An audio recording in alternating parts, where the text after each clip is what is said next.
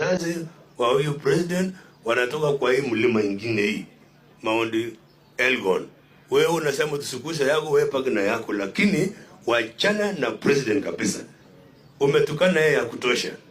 Unamwita mtoto wa mtu kasongo, kaongo, mwizi, muuaji, sijui nini. Kwani wewe hata kufikiria tu akili kataa kuwa na break, unaongea tu chochote. Kama watu ya sehemu hii wa Rift Valley na sehemu hii ya Western, mahali president ametufanya kazi kubwa, tunakataa maneno yako na tunasema komesha hiyo maneno. Hata kama unaomba kura, hakuna mwenye amekataza kuomba kura. Kuja David 2027 mkutane na William Ruto, ndio utaona yenye ujaye kuona siku nyingine. Watakupitia kama fools, utashangaa dunia ilienda wapi. So tunakwambia waache kuleta ukabila Kenya. Wa Kenya they are beyond your reasoning.